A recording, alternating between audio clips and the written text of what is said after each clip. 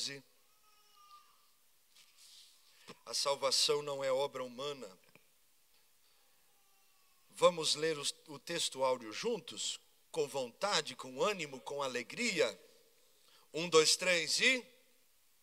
Pelas obras de justiça que houvéssemos feito, mas segundo a sua misericórdia, nos lavou pela lavagem da regeneração e da renovação do Espírito Santo. Tito 3, 5.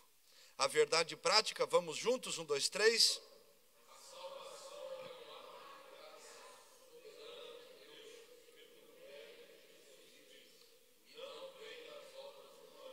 Não vem das obras humanas. Efésios capítulo 2, do versículo 1 ao 10, leitura bíblica em classe. E vos vivificou, estando vós mortos em ofensas e pecados, em que noutro tempo andastes segundo o curso deste mundo, segundo o príncipe das potestades do ar, do espírito que agora opera nos filhos da desobediência, entre os quais todos nós também antes andávamos nos desejos da nossa carne, fazendo a vontade da carne e dos pensamentos, e éramos por natureza filhos da ira, como os outros também.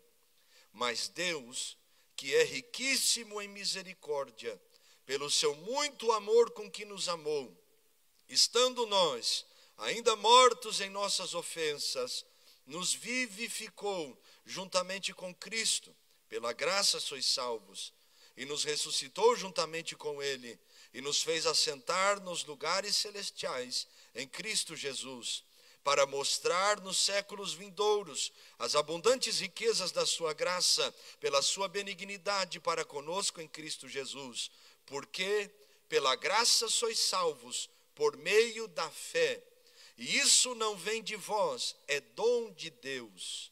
Não vem das obras, para que ninguém se glorie, porque somos feituras sua, criados em Cristo Jesus para as boas obras, as quais Deus preparou para que andássemos nelas. Amém?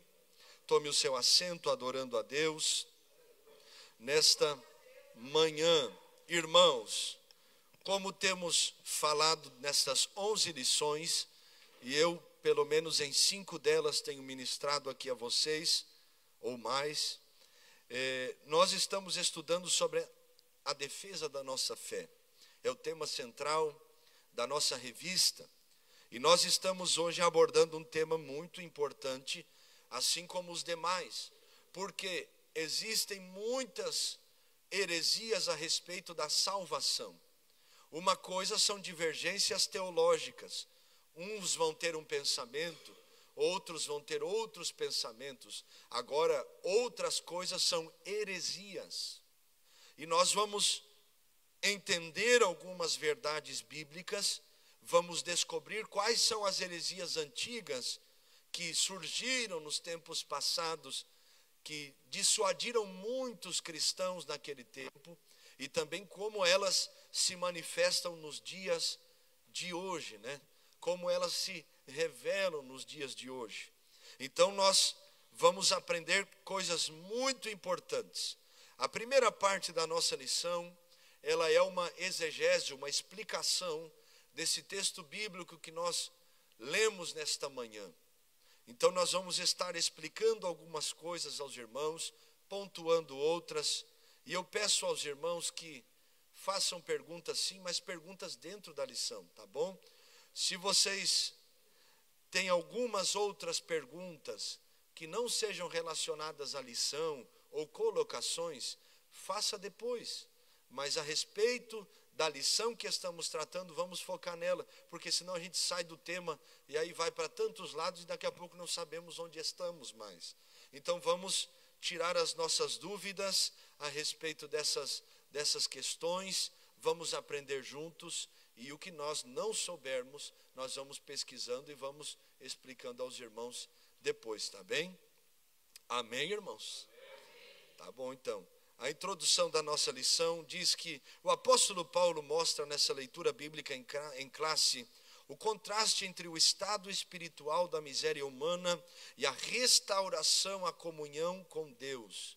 Além disso, deixa claro a impossibilidade de qualquer pessoa angariar a salvação por meio do seu próprio esforço e até mesmo de desejar a salvação ou sentir a necessidade de Deus, senão por uma intervenção divina direta por meio do Espírito Santo.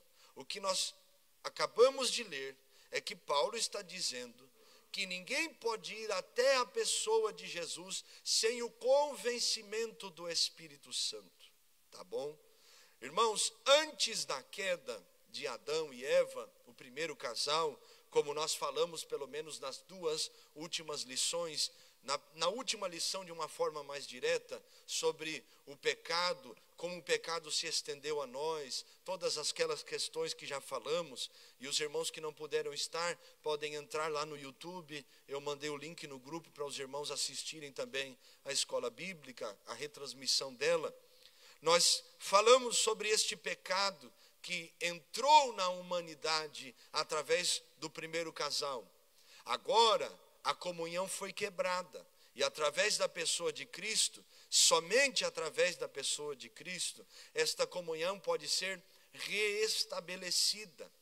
Só que o único que tem poder de convencer os corações, segundo João 14, João 16, é o Espírito Santo de Deus, que convence o mundo da justiça, do pecado, do juízo e nos guia à verdade.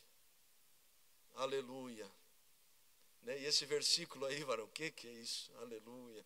Vai dar certo. Tá?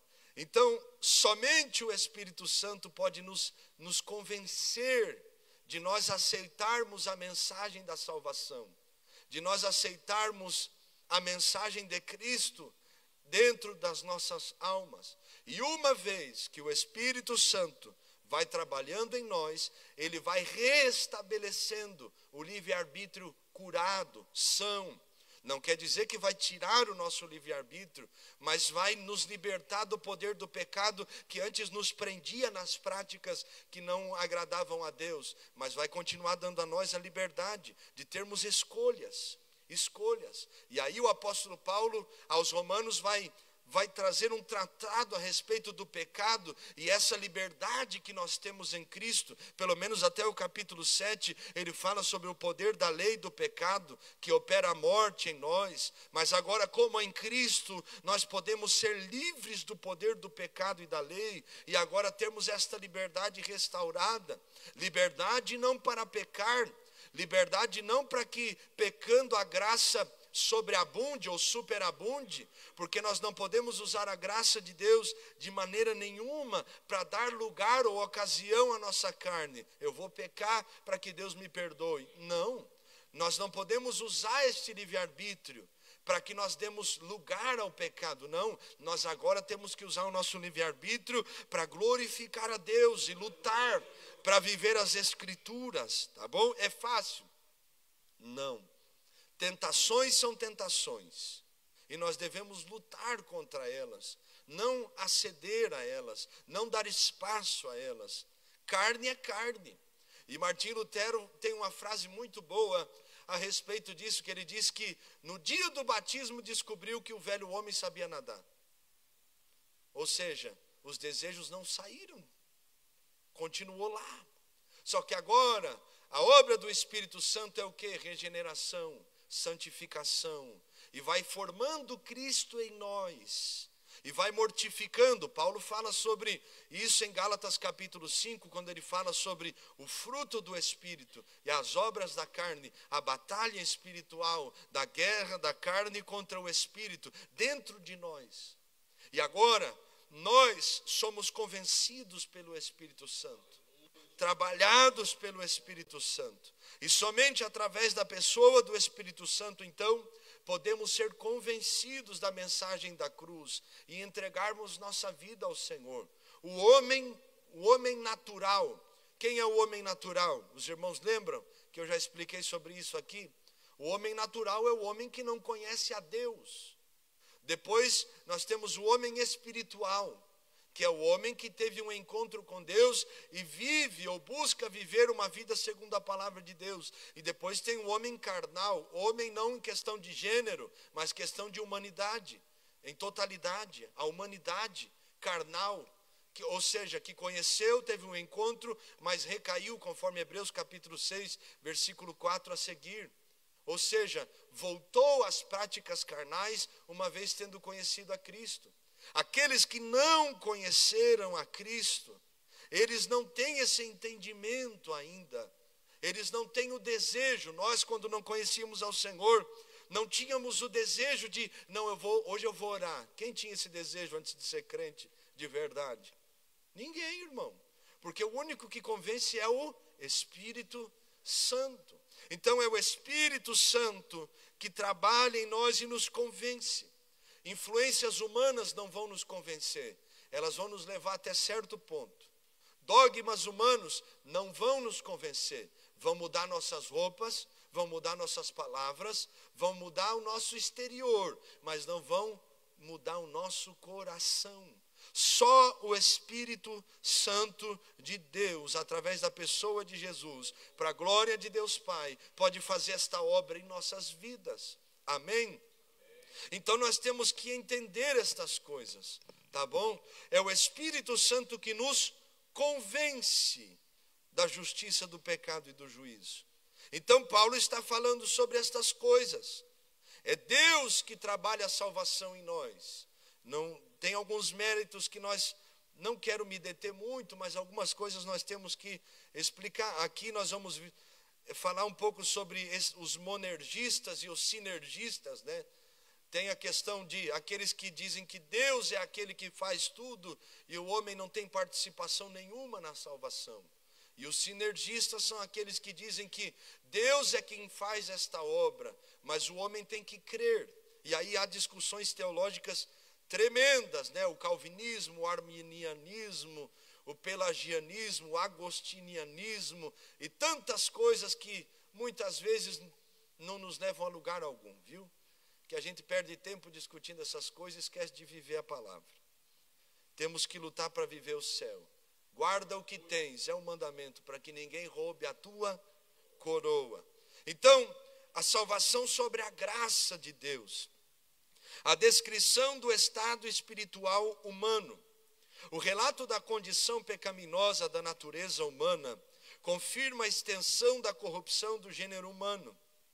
Estudado na lição anterior, o pecado original, os irmãos lembram, que se estendeu através de Adão e Eva e entrou na humanidade junto com as suas consequências, vergonha, medo, perca da comunhão, separação, morte. O apóstolo emprega algumas expressões para reforçar a dura realidade do pecado. Olha o que diz o versículo 1. Mortos em ofensas e pecados, nossa condição antes de Cristo. Andar segundo o curso deste mundo, segundo o príncipe das potestades do ar, do espírito que agora opera nos filhos da desobediência. Olha, ele continua falando sobre esta condição. Andávamos nos desejos da nossa carne, éramos por natureza filhos da ira. É uma triste fotografia da raça humana. Então Paulo está descrevendo como era a nossa condição nestes versículos do 1 ao 3, antes de nós termos este encontro com Cristo. Antes de Deus trabalhar em nós esta obra e operar em nossos corações. O ponto 2 diz que nós estávamos mortos em ofensas e pecados. E aqui vem uma explicação a respeito disso.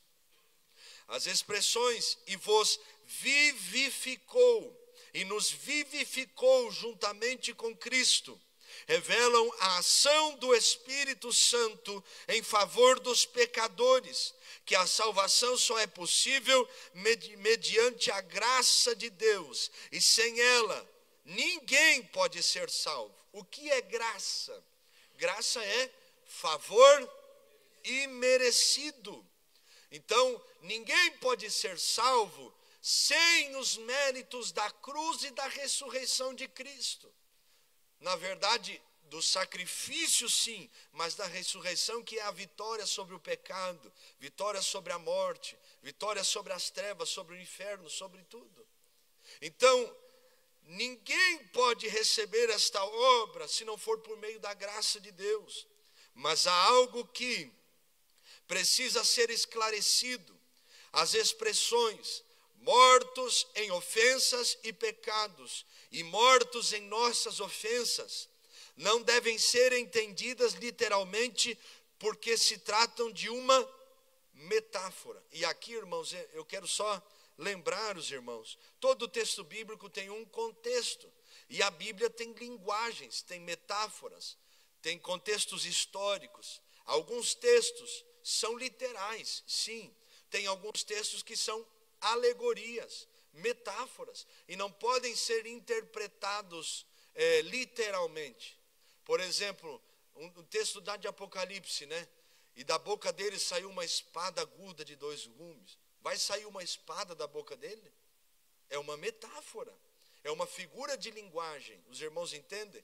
Quando João vai falar em Apocalipse sobre as cores, sobre o bronze, o latão reluzente, e os seus olhos como chamas de fogo, não quer dizer que literalmente sejam chamas de fogo, mas é uma figura de linguagem. João estava usando uma linguagem das coisas que ele entendia, para poder transmitir aos seus leitores, aquelas pessoas que iriam ler o livro de Apocalipse, traduzindo o que ele viu no mundo espiritual para o mundo real, dentro daquilo que ele entendia, para que os irmãos pudessem entender aquilo que estava sendo escrito. Então nós temos que sempre tomar esse cuidado. Tem coisas que são metáforas, e nós não podemos interpretá-las literalmente. Outras coisas são literais, e não podem ser interpretadas como metáforas. Lembre-se, Jesus muitas vezes pregou com parábolas. O que eram parábolas? Histórias comuns, para poder revelar verdades espirituais. Então, era literal o que estava ali sendo pregado? Não, mas era uma história que tinha um sentido espiritual, e depois ele explicava essa história. Então, nós temos que entender estas coisas, tá bom? Não devem ser entendidas literalmente por se tratar de uma metáfora. Mortos em nossas ofensas. Uma das figuras de linguagem para descrever o estado da queda espiritual. Por morte espiritual, a Bíblia quer dizer que a humanidade caída está separada de Deus. Não quer dizer que literalmente morreu, os irmãos estão entendendo? Senão que perdeu a comunhão com Deus, porque a palavra morte significa separação, tá bom? Então, não significa aniquilação espiritual total. A exegese dos versículos 8 a 10. Essa passagem bíblica elimina qualquer interpretação ou tentativa da salvação com ajuda humana, ou de qualquer esforço adicional para completar a obra de Cristo. O termo graça significa literalmente favor imerecido, o favor divino do qual não somos merecedores. Irmãos, tem gente que acha que é merecedor, viu? Não entendo. Não, porque eu sou bom, pastor. Eu fico olhando, digo, meu Deus. Né? Nós não somos bons, irmãos. Se fôssemos, não precisávamos de Jesus na nossa vida. Né? E tem gente que usa até o altar para fazer essas propagandas pessoais. Misericórdia. A salvação é pela graça de Deus, mediante a fé em Jesus, e não vem das obras, pois não se trata de uma recompensa. Uma boa exegese esclarece que a expressão "isto é dom de Deus" se refere à salvação pela graça e não pela fé, porque Deus não precisa de fé, Ele não precisa crer, porque a ação da salvação vem dele. Agora, quem precisa crer? Nós. Então, o que o escritor aqui, o pastor Ezequias Soares, está explicando a nós é que a palavra graça, ou seja, esta salvação que é dom de Deus, ela se refere à palavra graça, e as duas estão em conjunto. Agora, a palavra fé está relacionada a nós. Nós temos que crer nesta graça, ter fé, acreditar, para que esta graça também venha até nós. A obra de Deus é a graça de Deus sendo manifesta e revelada a nós, mas nós temos que crer nesta obra, que o Espírito Santo nos convence.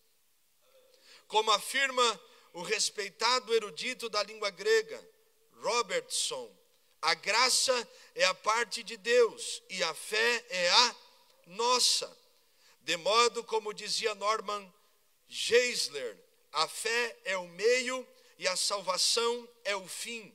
O meio vem antes do fim. Coloque aí isso, já está aí o versículo. Porque pela graça sois salvos, por meio da fé. Os irmãos estão entendendo? Somos salvos pela graça de Deus, este favor imerecido. Só que tem uma vírgula que continua dizendo, por meio da fé. Ou seja, por meio da nossa fé, nós vamos alcançar esta graça de Deus. E isso não vem de vós, é dom de Deus. O que é dom de Deus? A graça de Deus.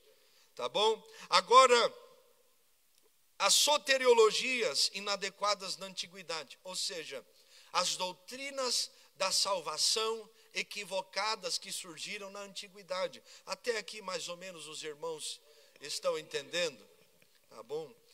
Depois nós podemos até enviar no grupo alguns subsídios, como eu tenho tentado enviar sempre no domingo, depois da escola bíblica, eu mando alguma coisinha ou outra lá no grupo, para os irmãos verem, tá bom? E analisarem sempre. Então, quais são as doutrinas que surgiram antigamente que contrariavam as Escrituras? A primeira delas, os reencarnacionistas.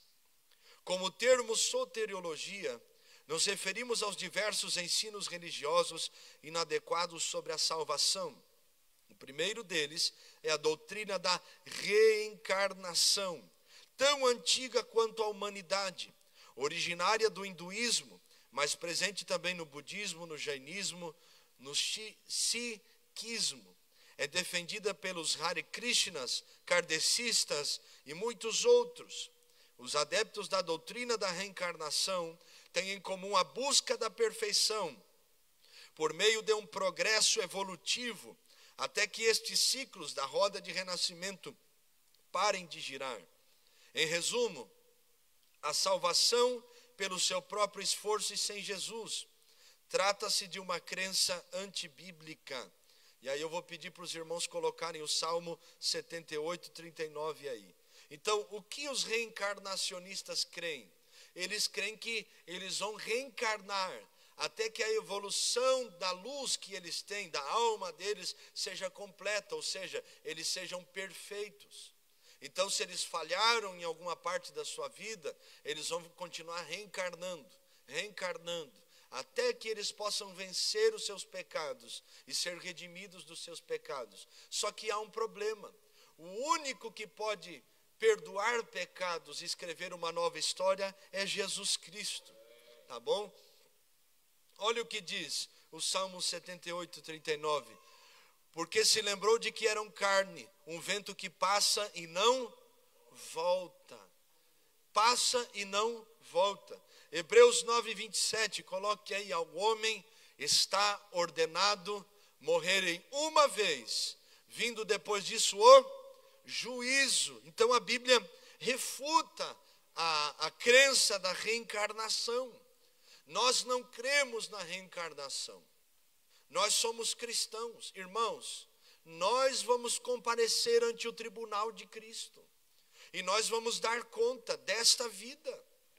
A única vida que temos, a oportunidade que temos de viver e viver com Cristo, viver bem, viver segundo as Escrituras. E nós vamos ser julgados pelas nossas palavras, ações, pensamentos, tudo. Nós vamos comparecer diante do tribunal de Cristo. Uma vez e depois segue o juízo. Se fosse várias vezes, você acha que a Bíblia não diria claramente a respeito disso? Agora nós temos misturas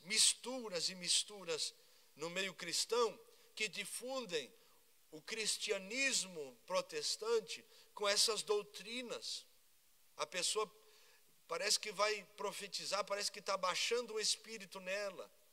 E aí lembra mais um espiritismo do que uma revelação de Deus. Irmão, Deus não é Deus de confusão. Deus não é Deus de mistura. Na verdade, o diabo tenta imitar Deus de todas as maneiras e cria as suas distorções, e muitos têm sido enganados. Quando nós olhamos para a Bíblia, vemos que este engano já estava lá atrás, quando Saul vai consultar Pitonisa, os irmãos lembram? E aí a grande discussão teológica, né? Foi Samuel que apareceu ali, ou foi um espírito de engano? Claro que foi um espírito de engano, irmão. Como é que o homem ia voltar dos mortos, através de uma bruxa, para falar com Saul? Porque Deus já não se manifestava a Saul, nem por Urim, nem por Tumim, nem por profecias, nem por sonhos, nem por nada. Então nós vemos isso lá atrás. E infelizmente muita gente tem caído nestas coisas. Então, os reencarnacionistas creem assim, tá bom? E tome cuidado com livros, com coisas, né? Eu lembro quando nós chegamos na Espanha, a pastora Ana Carolina vai lembrar, né? Primeira libertação que tivemos que trabalhar lá foi porque uma irmã da igreja resolveu que ela tinha que ler o livro do irmão Allan Kardec lá. E aí o diabo pegou ela literalmente, irmão. Literalmente. E fazia um tempo que a gente não via daquele jeito lá, viu? Crente, brincando com essas coisas, não entendo isso. Então tome cuidado. Leia a Bíblia. Busque a Deus. Escute, por exemplo, apologéticas a respeito disso, o que a Bíblia fala a respeito disso, como nós estamos estudando aqui, a defesa da nossa fé. Agora não perca tempo dando ouvidos a doutrinas estranhas, tá bom? Como aquele livro do São Cipriano, como a Bíblia satanista. Tem crente que não lê a Bíblia e fica lendo essas coisas, eu não entendo. Então, segunda doutrina a respeito disso, os galacionistas. É o nome dado aos legalistas judaizantes, opositores do apóstolo Paulo na província da Galácia. Irmãos, como Paulo sofreu com esse grupo aqui, viu? Quando você lê a carta aos Gálatas, a carta aos Filipenses, como Paulo sofreu. Ele chama esse grupo de falsos irmãos, que estavam no meio do povo, para dissuadir o povo, trazer contenda, divisão no meio do povo. Ele chama esse povo de obreiros da iniquidade, cães, porque faziam mal à igreja de Deus. E nós temos que entender uma coisa: quando nós tratamos sobre igreja, irmão, a igreja não é do pastor, a igreja é de Jesus.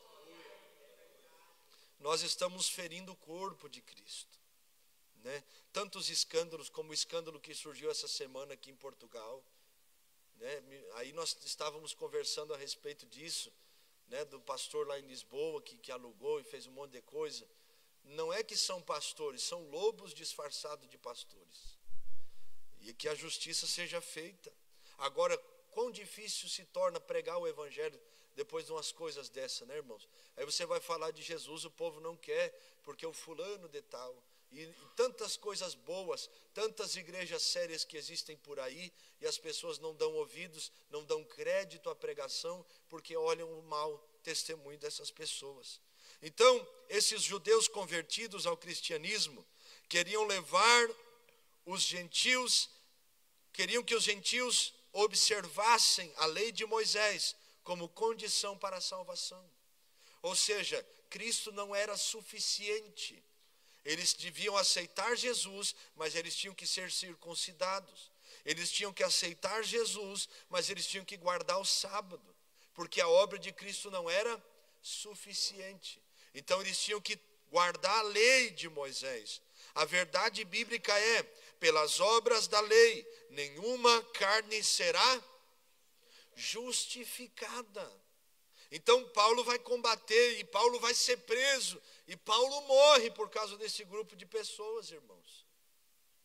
É muito triste isso, porque eles estavam dentro da igreja, mas com crenças erradas, dissuadindo muitos no meio das igrejas. Então, os reencarnacionistas creem na evolução da alma, do espírito. Os galacionistas eram aqueles que queriam trazer a lei de Moisés, o judaísmo, para dentro do cristianismo. E criam que a salvação não era completa na pessoa de Jesus, senão que tinha que ter alguma coisa a mais. Não é assim que também tem muita coisa hoje aí estranha, não é? Cristo parece que perdeu o poder de nos salvar, porque a gente sempre tem que colocar uma coisinha a mais aí para que seja salvo. Terceiro grupo, os gnósticos. No campo soteriológico, eles apregoavam uma visão dualista do universo, o maniqueísmo. O que é isso? Fundado por Mani, 216 a 276 na Pérsia, atual Irã.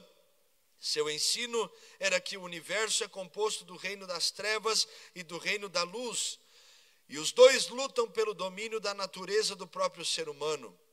Desse modo, o ser humano, para ser salvo, precisa se libertar da prisão do mundo e de seus poderes planetários. E essa libertação só é possível por meio de um conhecimento místico, gnosis, uma espécie de iluminação espiritual limitada aos espirituais. Os demais são pessoas materiais e não podem receber esse conhecimento. De fato, sabemos da existência do mal, proveniente de Satanás, mas não admitimos que o diabo tenha poder suficiente para medir força com Deus e seu Filho, Jesus Cristo. E a salvação é para todas as pessoas. Então os gnósticos tinham esse entendimento, que há uma guerra, não da carne e do espírito, mas uma guerra da luz e das trevas. E que eles estavam em batalha para ver quem ia vencer. Irmão, o diabo não tem poder para lutar contra Deus. Na verdade, o diabo só faz aquilo que Deus permite. É isso. Ele só vai até onde Deus permite que ele vá. E Deus muitas vezes, como no livro de Jó, né, que é o primeiro livro escrito da Bíblia, o primeiro livro que foi escrito foi Jó. Nós olhamos o livro de Jó, o diabo só pôde fazer o que Deus permitiu. Só o que Deus permitiu. Ele não tem poder para lutar contra Deus. Deus é onipotente, o diabo não. Deus é onipresente, o diabo não é. Deus é onisciente, o diabo não é, não conhece os pensamentos. Ele conhece o que falamos, o que dizemos, o que expressamos, o que nós revelamos, mas o que está aqui ele não conhece. Só o Espírito de Deus conhece as profundezas da alma do homem e do pensamento. Não tem poder, mas esta heresia diz que sim, e que a salvação está limitada a um grupo de pessoas. E nos dias de hoje nós temos também muitas coisas relacionadas a isso. Então agora nós vamos para o ponto de número 3, ou terceiro tópico, onde nós vamos ver sobre estas soteriologias inadequadas de hoje. Como estas heresias se revelam ou se manifestam nos dias de hoje. Em primeiro lugar, o islamismo. Eu acho interessante e muito bom o pastor Ezequias Soares abordar sobre o tema do Islã. Por quê, irmãos? Porque antigamente não podia falar nada, o pessoal tinha medo. E hoje qual é a religião que mais cresce no mundo? O Islã. A França hoje, 40% da população francesa é islâmica, muçulmana. E nós temos que conhecer sobre estas coisas para que possamos também combatê-las. Por exemplo, a Espanha também está sendo tomada, irmão, por essa cultura árabe e o islamismo. Na igreja, os vizinhos da igreja, todos muçulmanos, todos que estavam ali na volta, e o desafio de evangelizar a eles. Eu lembro, na Bélgica também, Alemanha sofrendo, Inglaterra, irmãos, tantos lugares no mundo. Então, eu lembro que uma vez, uma pessoa, que vivia perto da igreja me perguntou: na minha terra, pastor tem barba?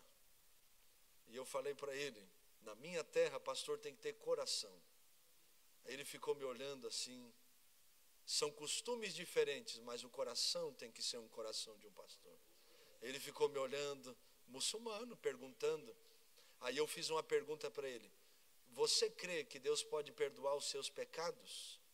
Aí ele falou assim, pecado? Eu não tenho pecado. Eu digo, então você vai começar a estudar sobre isso. E aí eu fiz outras perguntas. E o Espírito Santo? Você já falou com ele? Espírito Santo? Não conhecemos o Espírito Santo. Quem é o Espírito Santo? Mas como nós vamos fazer essas perguntas, ou de certa maneira evangelizar, se nós não conhecemos essas doutrinas? Então, irmãos, não é que nós vamos recriminar as pessoas, não é isso. Sair por aí, né? Ai, meu Deus, vai para o inferno. Não, irmão, pelo amor de Deus. Tenha decência, respeito. Você é uma pessoa, tá bom? Também condicionada a muitos erros e falhas. Mas você deve conhecer isso de maneira que você possa discipular essas pessoas. Quando tiver oportunidade, ensinar. Não de forma agressiva. Claro que tem momentos e tem momentos, né, irmãos? Aleluia. Tem momentos e tem momentos. Se a pessoa falar mais firme, você também não vai ficar lá. Ai, meu Deus, tem misericórdia, Jesus. Não. Vamos conversar como gente grande. Vamos conversar aqui olhando no olho, com respeito, com educação. Se não pode ser assim, também não podemos conversar. Tá bom? E aí fica gritando, vai chegar aonde? Vai sair no tapa para evangelizar, irmão? Misericórdia. Não, né? Misericórdia. Que tem uns crentes por aí que... Já viu aquele vídeo? Eu sou crente, mas meu facão não é. Não, irmão, pelo amor de Deus. E o que nós vamos virar desse jeito, né? Que Deus tenha misericórdia de nós. Mas precisamos conhecer, para que possamos também saber como vamos ser instruídos ou vamos instruir. Segundo, então, o Islã, se as boas ações superarem as más, tal pessoa irá para o paraíso. Eles ensinam ainda que Alá não ama os pecadores, mas somente os piedosos. Alá não ama os agressores. Alá não ama a nenhum ingrato pecador. Esta é uma das 24 vezes que o Alcorão afirma que Alá não ama os pecadores. Na concepção dos islâmicos, não há necessidade de expiação. Logo, não existe salvação como no sistema cristão. A salvação no contexto deles é por mérito e não por obras. Tem que merecer a salvação. Então, se for uma boa pessoa, vai ser salva. Mas à luz da Bíblia, o pecador recebe a vida eterna a partir do momento que passa a crer no coração que Deus ressuscitou Jesus dentre os mortos e confessa publicamente o nome de Jesus. Romanos 10, 9. A saber, se com a tua boca confessares ao Senhor Jesus e em teu coração creres que Deus o ressuscitou dos mortos, serás salvo. Versículo 10. Visto que com o coração se crê para a justiça e com a boca se faz confissão para a salvação. Então, os muçulmanos, eles creem que a salvação é por méritos. Tem que merecer. E se as suas boas ações, tal como nós lemos, e volto a dizer, superam as más ações, você é salvo. Então tá fácil, né, irmão? Tá fácil. Paga os impostos, vive direitinho, dê bom testemunho, está tudo certo. Mas não trata o coração do ser humano. As motivações, as raízes da nossa alma. Tá bom? Não traz remissão dos nossos pecados. Passa o pano sobre o pecado, mas não somos libertos do pecado. Aí temos boas ações, mas dentro do coração nós não fomos libertos ainda. Tá? Então, o islamismo, em segundo lugar, as testemunhas de Jeová. Nós temos alguns irmãos ali em Oviedo que saíram desta seita e foram libertos, mas foi um processo, viu? Porque eles são ensinados desde criança, irmãos. Levados aos ensinos, né? A torre de vigia, as revistas, tudo, a doutrinação deles, humanamente falando, é muito bem feita e organizada. E às vezes me dá uma dor no coração, porque eu olho para a igreja e nós não queremos trazer nossos filhos nem para a escola bíblica para aprender. E nós olhamos para as seitas, elas se empenham, elas vão até onde for necessário para ensinar as crianças. Já viu um muçulmano? As crianças têm o Alcorão e sabem de cor o Alcorão, são obrigadas. Nos testemunhos de Jeová, eles conhecem a doutrina deles como ninguém. Depois nós vamos entrar no mormonismo, que patrocina os filhos para fazer a missão que eles foram chamados para fazer. E nós, cheios de costumes e manias que contrariam a palavra de Deus e nos afastam desta fé bíblica e pura. Que Deus tenha misericórdia de nós. A salvação não está em Cristo, mas na organização religiosa delas, diferente do que ensina a Bíblia, João 14:6. Existem dois grupos de salvos, um que tem direito ao céu, restrito a 144 mil, a classe dos ungidos. Outro grupo, a classe da grande multidão, e a que vai herdar a terra segundo a teologia do movimento. Seus teólogos ensinam que as testemunhas de Jeová, que pertencem à classe da grande multidão, não são filhos de Deus, não pertencem a Cristo, não têm o Espírito Santo. Jesus não é o mediador delas e nem tem esperança de salvação. Você está vendo o que eles ensinam?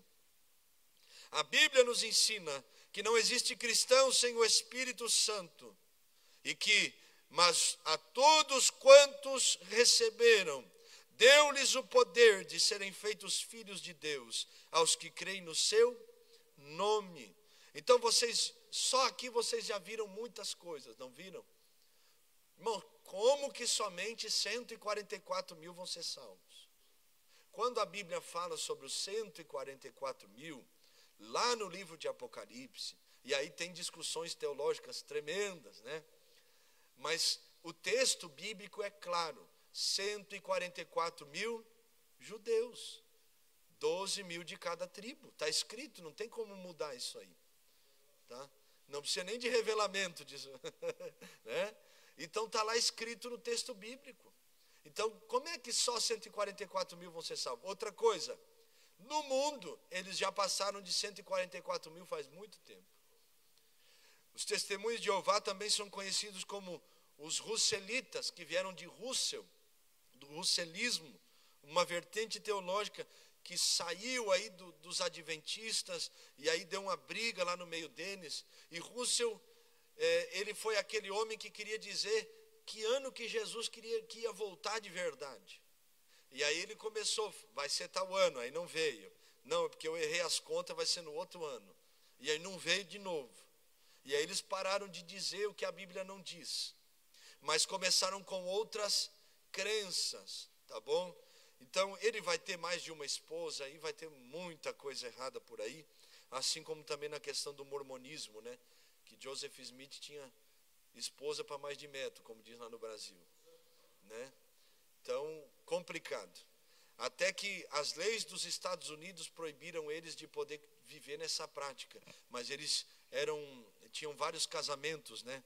E praticavam a poligamia. Então, irmãos, eles têm essas crenças equivocadas, né? Só eles vão ser salvos. Só eles vão ao céu. E depois dos 144 mil, dos testemunhos de Jeová, os primeiros 144 eles vão para o céu. O resto, eles não têm Jesus, não têm o Espírito Santo, não tem nada. Eles só vão ficar na terra, porque a terra, o paraíso vai ser aqui na terra, e aí é muita coisa, complicada. Tá bom? Terceiro grupo, então, que tem se manifestado nos dias de hoje.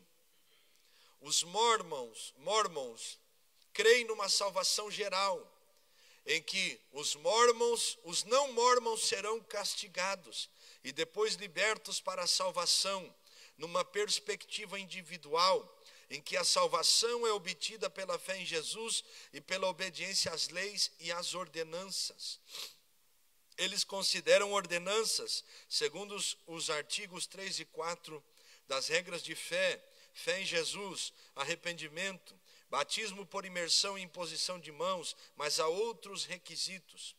Um deles é aceitar, põe atenção, Joseph Smith Jr. como porta-voz de Deus. Tal ensino, no entanto, diverge das Escrituras, pois elas nos ensinam que o Senhor Jesus não precisa de co-salvador. Eles colocam o homem como mediador aí da fé. Deixa eu achar onde é que eu estava lendo aqui. Misericórdia. Co-salvador, como porta-voz de Deus. Deixa eu ver. Tal ensino, no entanto, diverge das Escrituras. Tá. A Bíblia ensina que Ele é o único Salvador, Jesus. A salvação não é por mérito humano.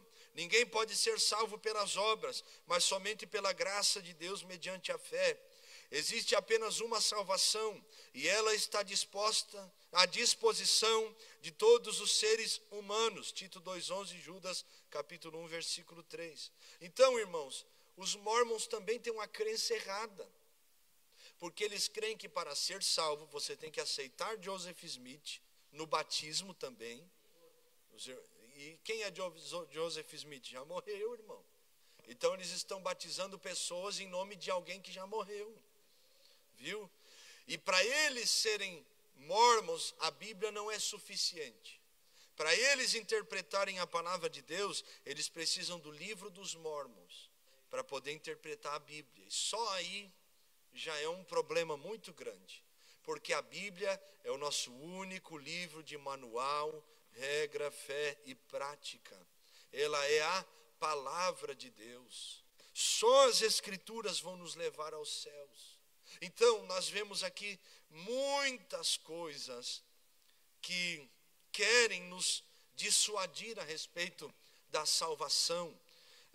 Por exemplo, nós temos hoje discussões tão grandes sobre a predestinação do indivíduo ou predestinação da igreja, né? Tanta coisa. Irmãos, a Bíblia nos manda fugir das questões loucas. Tem coisa que vai ficar discutindo, não vai chegar em lugar nenhum. E nós temos que lutar para ser fiel a Deus. E isso é para todos nós que somos cristãos, não é? Todos nós podemos aprender coisas boas dentro do cristianismo e doutrinas que são puras. Agora, a respeito de salvação, seja fiel, tenha vida com Deus, busque a Deus com o coração voltado a Ele, e não deixe nada e ninguém roubar Jesus do seu coração. Não entristeça o Espírito Santo, lute para ser fiel a Deus, congregue numa igreja séria, que tenha compromisso com as Escrituras, e amém. Não precisamos inventar muita coisa. Não precisamos criar outras doutrinas para nós. Não precisamos de outros subsídios, outros livros, outras coisas que vão nos levar ao céu. Nós não precisamos interpretar a Bíblia dentro da perspectiva de Ellen White, do livro dos Mórmons, da Torre de Vigia, de tantas coisas. Não, a Bíblia se interpreta com a Bíblia. Nós cremos que ela é a palavra de Deus para nós. E nós temos que fugir de tantas coisas neste tempo. A internet tem muita coisa boa, mas também tem muita coisa ruim. Nós temos que filtrar aquilo que ouvimos e tomar muito cuidado. Tome cuidado com pregadores famosos que tem por aí. Eu não posso generalizar, mas muitos com mensagens aparentemente abençoadas, mas lá no meio tem uma coisa ou outra. Lá no meio tem uma heresia, né? Tem um pregador famoso aí que muita gente compartilha vídeos dele. E eu vi, um irmão me mandou um vídeo e perguntou: pastor, tem algo aqui de errado que não está certo. Me ajude.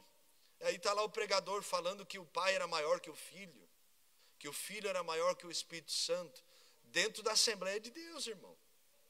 Os irmãos entendem? E aí tem gente que fica ouvindo o dia inteiro, daqui a pouco está crendo. E nós aprendemos nessa revista Em Defesa da Nossa Fé que isso é uma doutrina equivocada.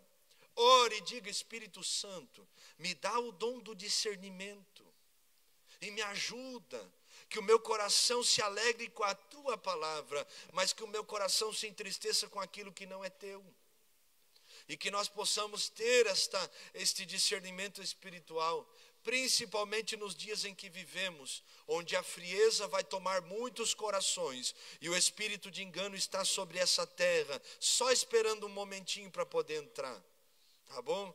Então que Deus nos guarde, meus irmãos, e nos livre. Que nós possamos voltar à simplicidade de Cristo e voltar a amar as Escrituras. Amar as Escrituras. Amar a palavra de Deus. Tá bom? Se nós não lermos a Bíblia, como nós vamos refutar estas coisas e principalmente como vamos conhecer a Deus? Então leia a Bíblia, leia a palavra de Deus, tenha o seu devocional, tá bom? Faça a sua parte e deixe o Espírito Santo fazer a dele, te lembrando de cada palavra, em nome de Jesus. Vamos à conclusão? Entendemos que somente pela graça é possível chegar-se a Deus, e isso é um ato soberano de sua graça e bondade. É a misericórdia divina que leva as pessoas ao arrependimento. Graça não é mérito, e nem o ato de o pecador receber a dádiva divina se constitui mérito pessoal. Mas Deus disponibilizou a sua graça para todos os seres humanos, e não para uns poucos escolhidos. A Bíblia ensina que a salvação é para todos. Todos terão a oportunidade de servirem a Deus. Todos terão a oportunidade de ouvirem Jesus. Todos terão esta oportunidade. Pastor, mas aqueles que nunca ouviram o Evangelho, como eles serão salvos? Perguntas que surgem entre nós. A Bíblia diz que eles serão julgados pelas suas obras, tá bom? Mas Deus não terá o culpado por inocente, não terá. Um livro que eu aconselho os irmãos a lerem é O Fator Melquisedeque. Quem já leu esse livro? Ninguém leu, irmão? Misericórdia. Vou colocar, me lembre, viu? Me lembre. Esse livro vai contar a nós como Deus preparou, olhe para cá, todas as culturas para receberem o Evangelho. Então teve missionários que foram pregar em aldeias que nunca foram evangelizadas, mas eles chegaram lá e eles perceberam que havia algumas doutrinas cristãs. E aí começaram a se perguntar, como isso está acontecendo? Se eles nunca ouviram falar de Jesus ou da palavra de Deus. Então esse livro conta sobre estas coisas. É um livro muito bom, muito bom, muito bom. Bênção de Deus. Eu não tenho ele aqui, mas se alguém puder baixar, não sei se o Felipe consegue baixar ele em PDF, tem os caminhos, né? E a gente mandar no grupo lá, e bênção também já ajuda. Amém, irmãos? Então hoje nós aprendemos sobre a salvação não é uma obra humana, porque só Deus pode salvar, tá? Então que Deus nos ajude. Alguém tem alguma pergunta dentro da lição? Então a irmã Raíssa, por favor. Em relação ao ponto 2.2, os galacionistas, então aquelas igrejas que trazem as doutrinas judaicas para dentro da igreja, é incorreto? Então, não. Uma coisa é nós orarmos por Israel, que nós sabemos que é a nação que Deus levantou, né? Que Deus chamou à existência. Outra coisa é nós trazermos os costumes judaicos para dentro do cristianismo. Então é errado, segundo porque a palavra o que acontece? de Deus. Eu digo isso porque eu aceitei Jesus, o meu primeiro contato com a igreja foi uma igreja assim, né? Onde o pastor usa o coisinha. O quipá. Exato. Tem a bandeira de Israel no púlpito, não tem a bandeira do Brasil, a bandeira... foi no Brasil, é óbvio. Tem a bandeira de Israel, toca-se o chofá, se tem espada, comemora-se a festa do Purim, e dentre outras situações, né? Pronto, eu fiquei maravilhada, acho tudo aquilo muito bonito até hoje, confesso. Mas então essas coisas não são...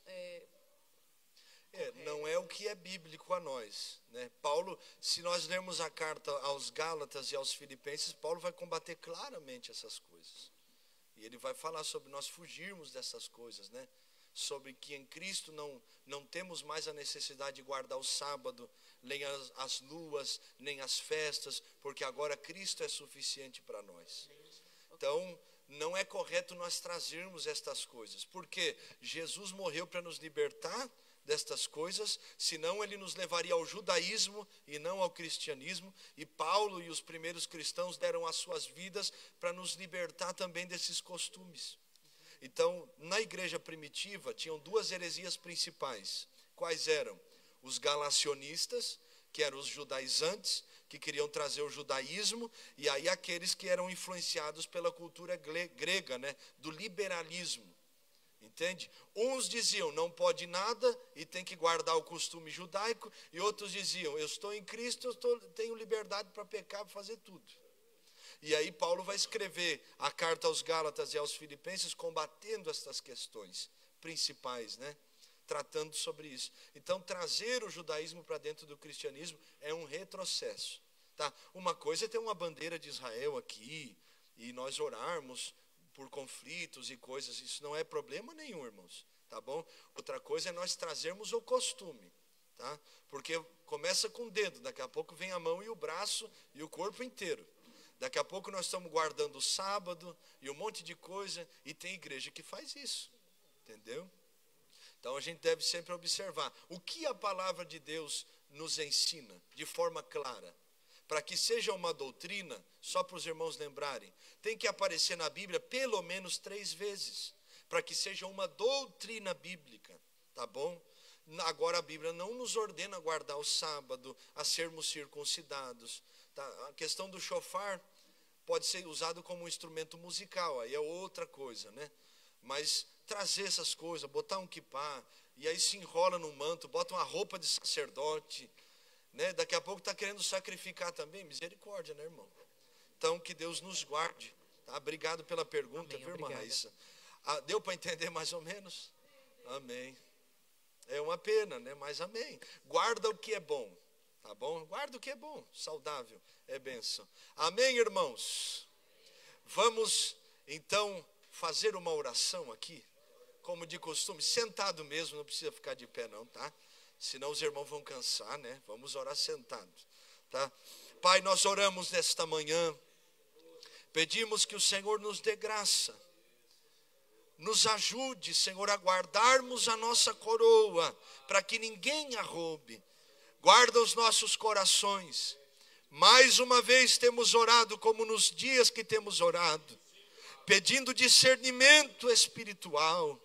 Abre o nosso entendimento, nos dê graça, nos ajude, e que o teu Espírito nos faça lembrar da tua palavra, nos ajude a chegarmos ao céu, a não perdermos o caminho, a guardarmos a tua palavra dentro de nós, para não pecarmos contra ti. Nós oramos, ó Deus, guarda-nos debaixo das tuas mãos, assim pedimos, em nome de Jesus, amém e amém e amém.